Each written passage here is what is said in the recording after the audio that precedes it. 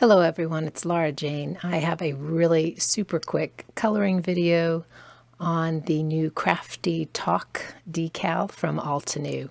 I'm using the artist markers and that's it. The fun thing with this decal is if you don't like what you colored, just take a little bit of alcohol on a paper towel and it wipes right off. I found that once dried, the artist markers stay on, even with a damp rag cleaning it.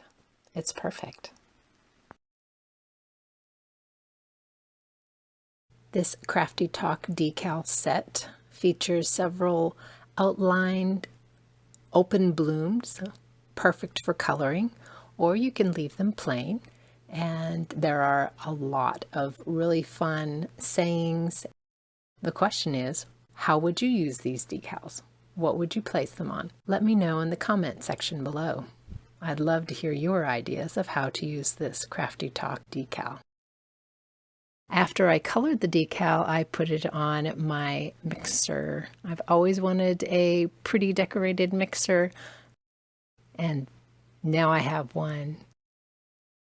This is part of the blog hop, starting at the Altenew card blog.